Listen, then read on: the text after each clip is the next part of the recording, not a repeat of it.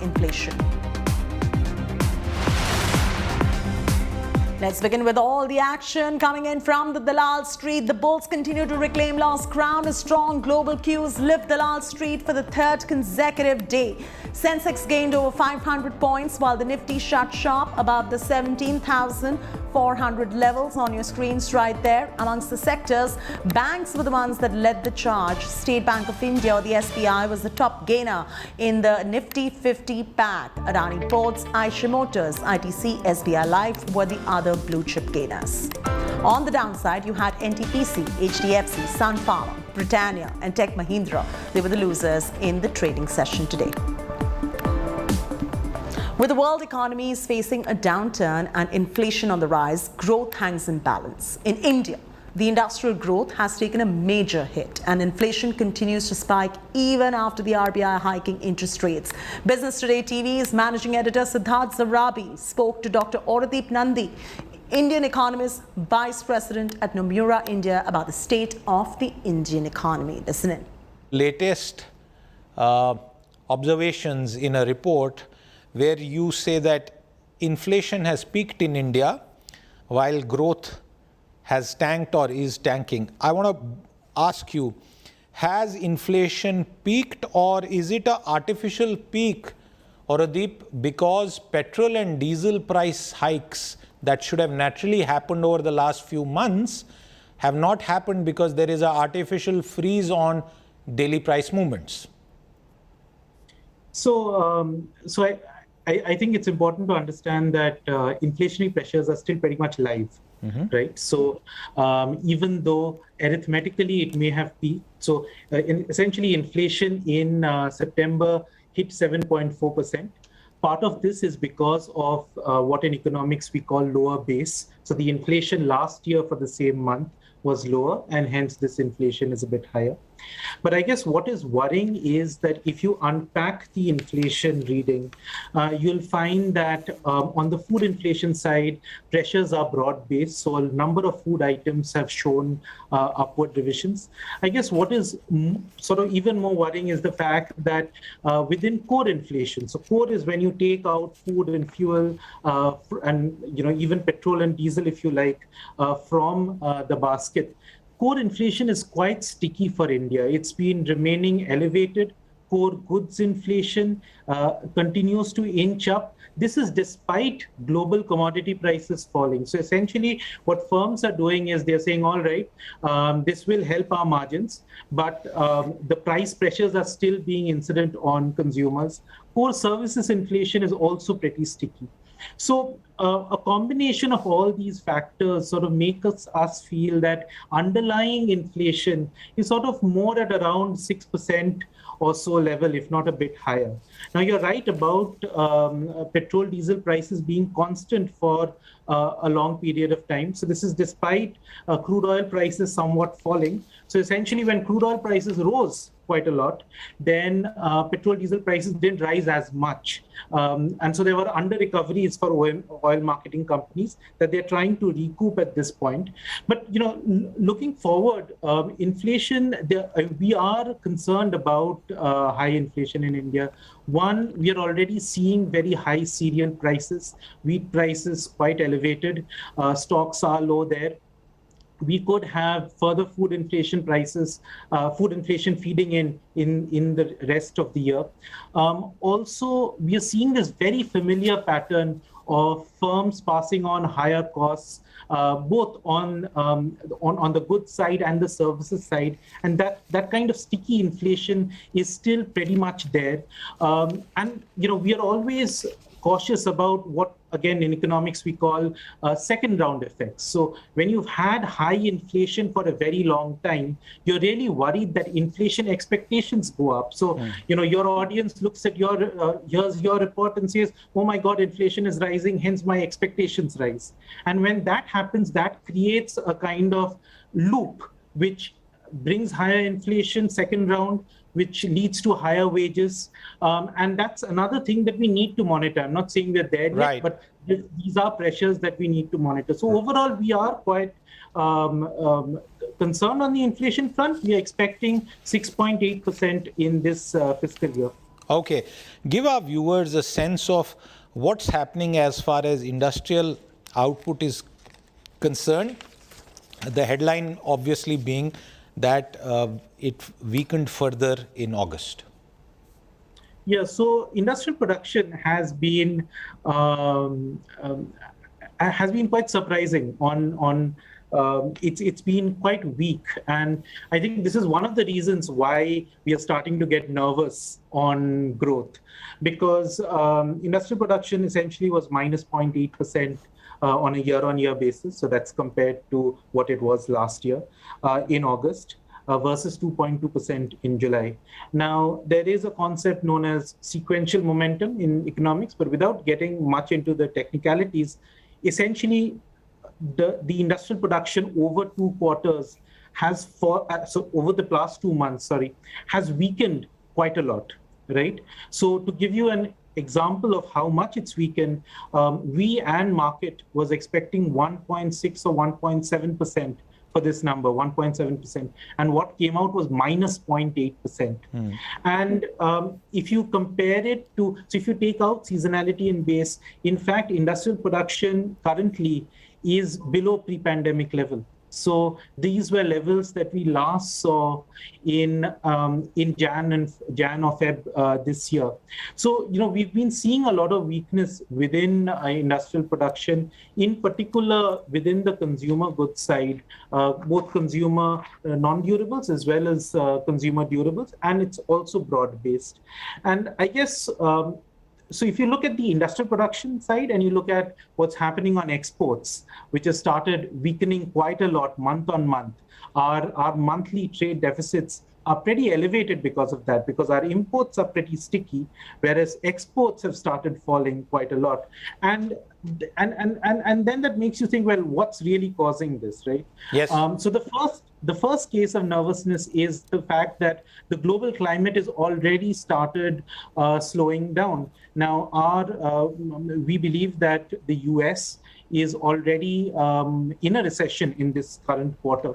And the whole of next year, it's going to be pretty much in recession, as is the case that's going to be for, say, Europe, as it's the case is going to be for a number of developed markets.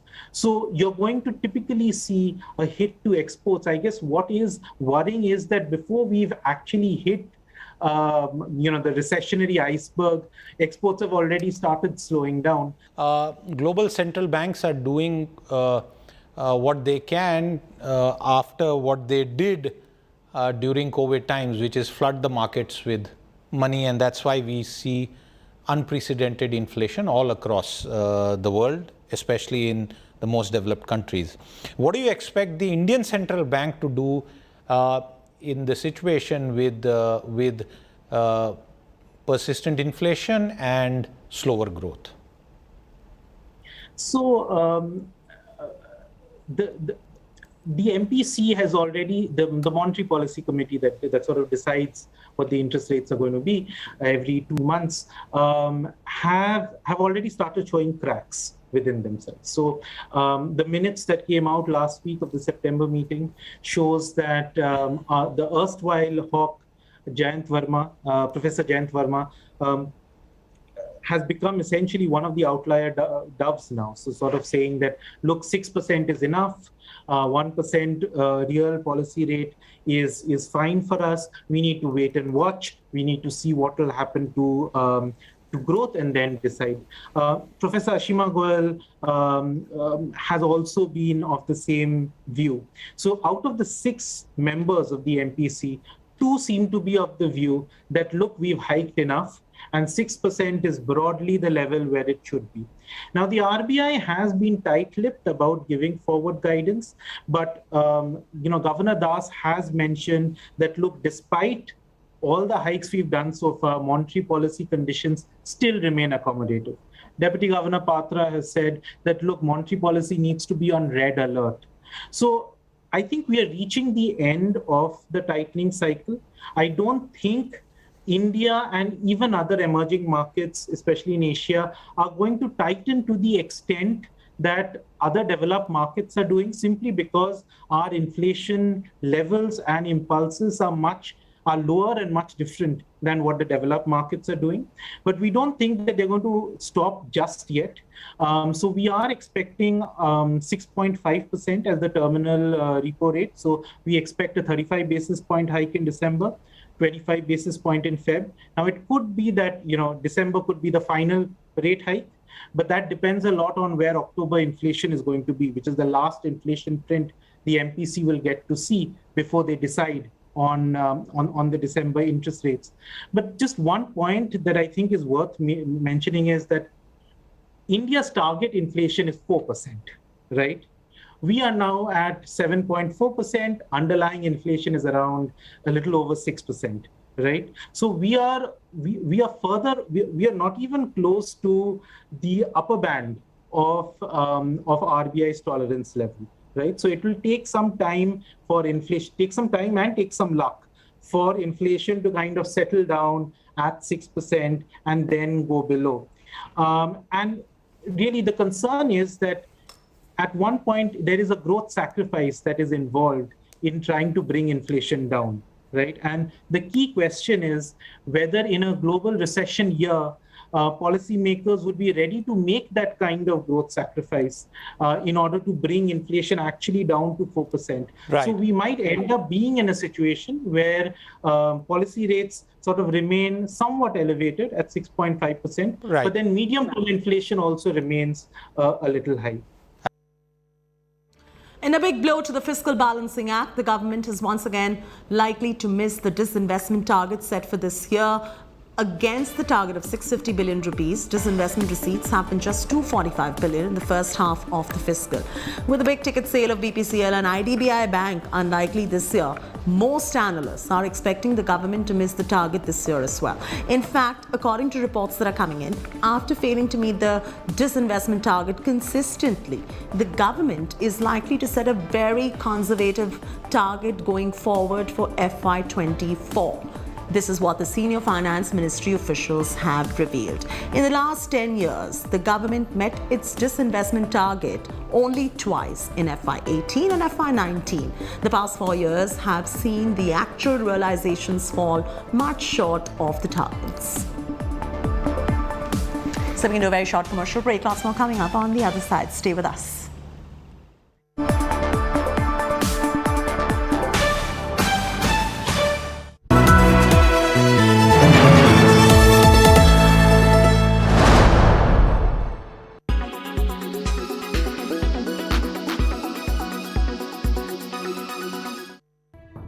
Believe it or not, these both visuals are from Iran, but different times. Women in Iran are chopping their hair and protesting on the streets after the death of Mahsa Amini. She was detained for not wearing the hijab properly, and this has put focus on women's freedom in Iran. While Iran seems regressive today, it wasn't always like this. In 1979, the Iranian public voted to bring an Islamic republic that changed the country. Before 1979, women in the country enjoyed similar rights to males. Women could wear Western-styled clothes including jeans, dresses, miniskirts in public. But after the revolution, men were no longer seen in the hair salons for women, and women were also forced to cover their hair as soon as they stepped out. They also have to wear a coat to cover the body when out in public. Those who do not adhere to the dress code can be subjected to 2 months in prison, fined up to 5 lakh riyals, and up to 74 lashes as per the Iran Primer reported. The marriage age for girls was first reduced from 18 to 13 in 1979 and then further to 9 in 1982. As per Human Rights Watch, Iranian law now allows girls to marry at 13 and boys at age 15. Moreover, married women cannot leave the country or even obtain a passport without their husband's written permission, and single females need their father's approval.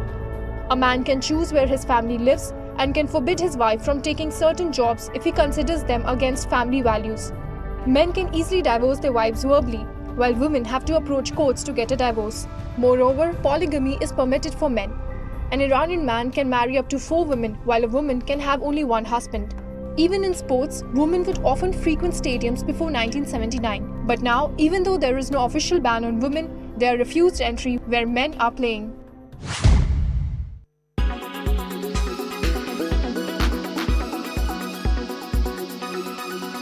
Make your media plan smarter with India Today Live TV on your connected devices.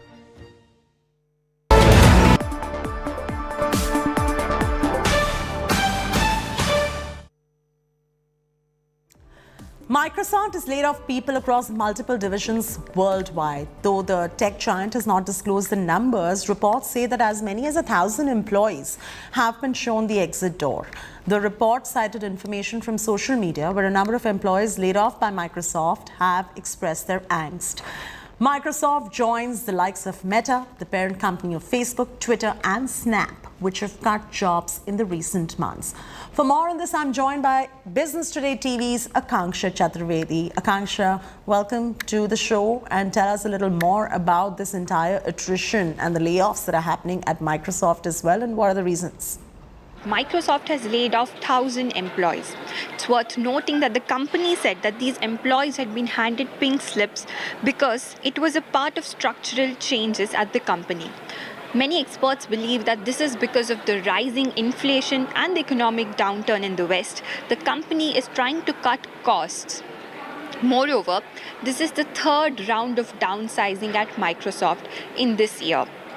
It's worth noting that Microsoft is not the only tech giant that's going through a bad time. Many reports claim that even Meta might soon have a downsizing round and let go of 12,000 people. Well, the economic downturn in the West is not just causing trouble for the US. This downturn has also had a trickle effect in the Indian economy. The Indian IT sector, the Indian tech sector and Indian startups have been impacted by this. As we've been reporting for over a month now, Indian IT companies have been delaying the onboarding of freshers and as well as new employees. Moreover, this is probably because of the global exposure that they have. Most of their business comes from outside. Also, Indian startups like Ola, like Byju's, Vedantu, Cast24, all these people have, fired thousands of employees. And it's also worth noting that these big tech companies like Meta, Microsoft and others had heavily invested in Indian startups. As we all know, Meta had invested in Ola. And since Meta itself is feeling the pinch of the inflation, it's also reflecting in its investments here in India. Japanese car maker Nissan showcased 3 of its most popular international SUV models, with the new X-Trail SUV set to be launched first. The latest versions of the Juke and Qashqai have also been shown in New Delhi, with the latter being tested on Indian business roads. Business Today TV's associate editor Chetan Bhutani caught up with Rakesh Srivastava, managing director at Nissan India, and asked him about the products and his outlook for the festive season going forward. Listen in. Today we have showcased 3 technologies, the e-Power, the e-Force and the hybrid, to our Indian customers through the media partners of ours, and 3 different body styles in SUVs itself.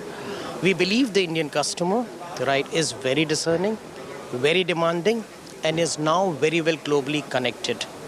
In view of this, we believe the opportunity is good, towards addressing specific needs, specific wants of the Indian customer. Nissan has pioneered SUVs in the global market. And when we say we have pioneered it, we have led the SUV market by way of multiple product options addressing multiple customer needs. And the beauty is that today we have an opportunity to demonstrate the same, our global product portfolio, to the Indian customers. Sure, sir. You mentioned that the X-Trail would come to India first and eventually the related products would come. Any timeline that you would like to focus on? I'm not asking the exact timeline, but just this would definitely pump up the consumer sentiment. So any hint that you would like to give us? As we said, and as was announced by the President, currently we are testing products, because Indian driving conditions, looking at the suitability, the feasibility of it, and we are working on it. And as committed by the President, X-Trail will be the first one to be brought into the Indian market. Right. Tell us about how much is the global headquarters investing into the Indian markets, and with these 3 products, what are the India plans for expansion, for dealership expansion, marketing plans, and really getting the customers to the whole now, sir? When we talk about global investments or the global headquarter investing in India, this investment started long back. It's almost now 17 years, and then we have invested in India by way of a manufacturing facility, research and development facility, digital facility, right, a sales company and a finance company. We have a very, very unique proposition. Investments running beyond 6,000 crore plus, creating employments. And over these years, right, we have been able to pick up the right insights, what the Indian customer wants. And not only making in India, only for India, we also export cars. And I think that's the strength of Nissan in India. And towards this, we can say is that, yes, we make right, our stakeholders very proud. Right, sir. The headwinds of COVID, chip shortage and economic uncertainty have given way to the tall winds of an incredibly pent-up demand for the Indian auto industry. Sales this calendar year have been the best yet, surpassing the previous record set in 2018. What's more, the SUVs have for the first time overtaken hatchbacks as the most preferred body type amongst the consumers. It's a resurgence powered by new launches, by fresh optimism amongst the consumers, by a pent-up demand generated by 2 years of lockdowns. New cars are flying off the shelves as consumers return to the market with a vengeance. The Navratri this year has already been the best ever for the auto industry, and analysts are expecting the same from the full festive season. What's more, this year from January to September has seen the auto industry set new records. Sales in the first 9 months of this calendar year have surpassed the previous record set in the pre-COVID era of 2018. After the dip in 2020, a slew of factors have ensured a new high for passenger vehicles this year. And with 3 more months to go, 2022 is on track to be the best year ever for the auto industry. What is interesting is the clear shift towards SUVs in the Indian market, with manufacturers like Tata, Citroën and Renault launching micro SUVs like the Punch, C3 and Kiger. Buyers have more options at small car prices and are choosing to buy the more aggressive-looking SUVs. It also helps that these vehicles with higher ground clearances are more suited to travel in the hinterland. This craze for SUVs have made them more popular than the traditionally lower-priced hatchbacks. This year, SUVs have overtaken hatchbacks for the first time. Interesting, this SUV mania has seen the Maruti Alto, the #1 selling car for 15 straight years, fall to #6 position. There's been a sea change in the market share of car manufacturers as well. Maruti's decision to exit the diesel market and the dearth of SUVs in its portfolio has seen its market share fall from 50% it held a few years ago. This year, in the first 9 months, Maruti's market share fell to 42%, down 2% over the last year. Hyundai has also a 2.6% market share as well. The big gainers, Tata and Mahindra, riding high on their SUV fleet. The figures for next year, 2023, are expected to be more interesting. Maruti's re-entry into the high-volume mid-SUV market with the Vitara Brezza and the increasing popularity of EVs will blaze completely new trend lines. Log on to indiatoday.in or go ahead and download our app. Thanks for tuning in. Thanks for your time. Wishing you a very good night.